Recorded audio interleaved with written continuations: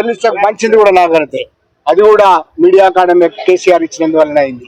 అంటే ఇవన్నీ చేయలేదనా? మీరు తప్పుడు ప్రచారాలు చేసి, అబద్ధాలు ప్రచారాలు చేసి, అసలు ఎవరికి చనిపోయినా పట్టించుకోలేదని చెప్పి ఢిల్లీకి పోయి అబద్ధాలు ప్రచారం చేసి ఇవాళ వచ్చిన వాళ్ళు మీరు రాజకీయం చేస్తున్నారు. శ్రీనివాసరెడ్డి గారు రాజకీయాలు చేస్తున్నారని మమ్మల్ని అనకండి. వాళ్ళని విడిచిపెడదాం. ఇది జర్నలిస్టుల హక్కు. ఈ హక్కును రేవంత్ రెడ్డి గారు జాగ్రత్తగా గమనించండి. ఇది మా హక్కు, మేము సాధించుకున్న హక్కు. నా సాధించుకున్న హక్కును తీసుకోకండి. మీరు కొత్తగా ఇవ్వకండి, మాకేం అవసరం లేదు కావచ్చు. మీరు ఎన్ని వాగ్దానాలు చేసిరో ఆ వాగ్దానాల గురించి మేమేం అనడం లేదు కదా. కానీ ఒకసారి T50 జీవోలో ఏం జరుగుతున్నదో మీరు గమనించండి.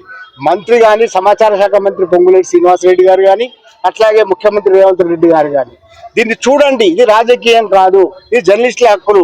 మాట్లాడే ఎవ్రీ రైట్ మాకు. ఈ జర్నలిస్టుల గురించి మాట్లాడమే. మీ గురించి మేమేం అనడం లేదు. మీ పాలనకు సంబంధించింది కాదు, మీ పోస్ట్ మార్టంకి సంబంధించింది కాదు, మీ పాలన పోస్ట్ మార్టం కాదు. ఇది జర్నలిస్టుల హక్కులకు భంగం కలుగుతున్నాయి కనుక జర్నలిస్టులుగా, తెలంగాణ ఉద్యమంలో పాల్గొన్న జర్నలిస్టులుగా మేము ఇది అడుగుతున్నాం. గుర్తుపెట్టుకోండి, ఇది రాజకీయం కానే కాదు.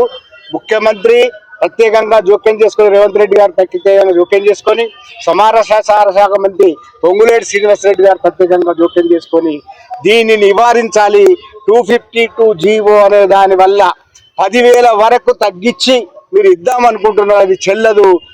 డెస్క్ జర్నలిస్టులకు కూడా అక్రిడేషన్ కార్డులే ఇవ్వాలి.